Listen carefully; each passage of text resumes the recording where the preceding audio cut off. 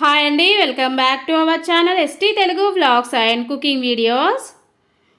ఈరోజు మనము వెల్లుల్లి కారము క్యారెట్ ఎగ్ ఫ్రై ఎలా ప్రిపేర్ చేయాలో చూసేద్దాము. ముందుగా మనము 3 పెద్ద సైజ్ క్యారెట్ తీసేసుకొని పీలర్తోని పైన పొట్టు తీసేసుకున్న తర్వాత క్యారెట్ని ఈ విధంగా గ్రేటర్ తోటి గ్రేట్ చేసేసి పక్కన పెట్టేసుకోవాలి. ఇప్పుడు వెల్లుల్లి కారం ప్రిపేర్ చేసుకోవడానికి ఒక మిక్సీ జార్ తీసేసుకొని అందులోకి 2 పెద్ద సైజు వెల్లుల్లిపాయల్ని పొట్టు తీసేసి వేసేసుకోవాలి. అలాగే 2 టేబుల్ స్పూన్ల కారము, టేస్ట్కి సరిపడినంత సాల్ట్, 1/2 టేబుల్ స్పూను జీలకర్ర వేసేసుకోవాలి.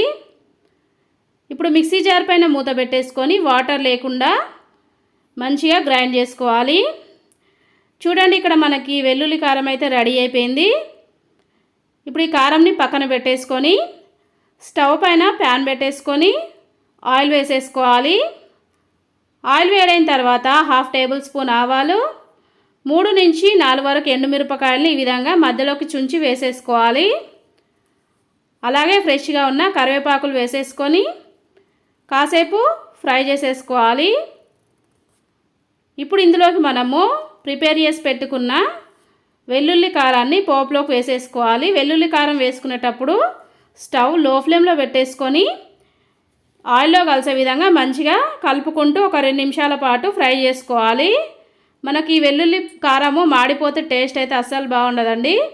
ఇట్లా కలిపేసుకున్న తర్వాత ఇప్పుడు ఇందులోకి ఒక 4 నుంచి 5 వరకు వెల్లుల్లిపాయలు వేసేసుకొని ఆ తర్వాత మనము తురిమి పెట్టుకున్న క్యారెట్ని ఆయిల్లోకి వేసేసుకున్నాక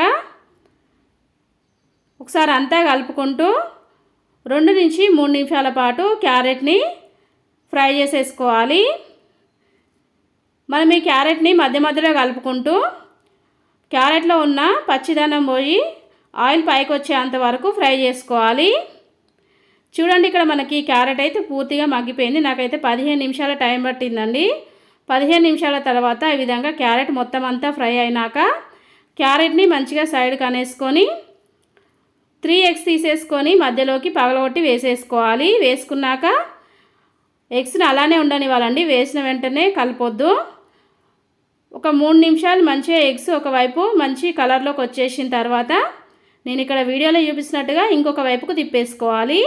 మళ్ళీ ఈ వైపు కూడా ఎగ్స్ మంచిగా ఫ్రై అయిన తర్వాత అప్పుడు క్యారెట్లో కలిసే విధంగా మొత్తం అంతా కలుపుకుంటూ ఎగ్గుని కూడా మంచిగా ఒక 2 నుంచి 3 నిమిషాల పాటు ఫ్రై చేసుకోవాలి.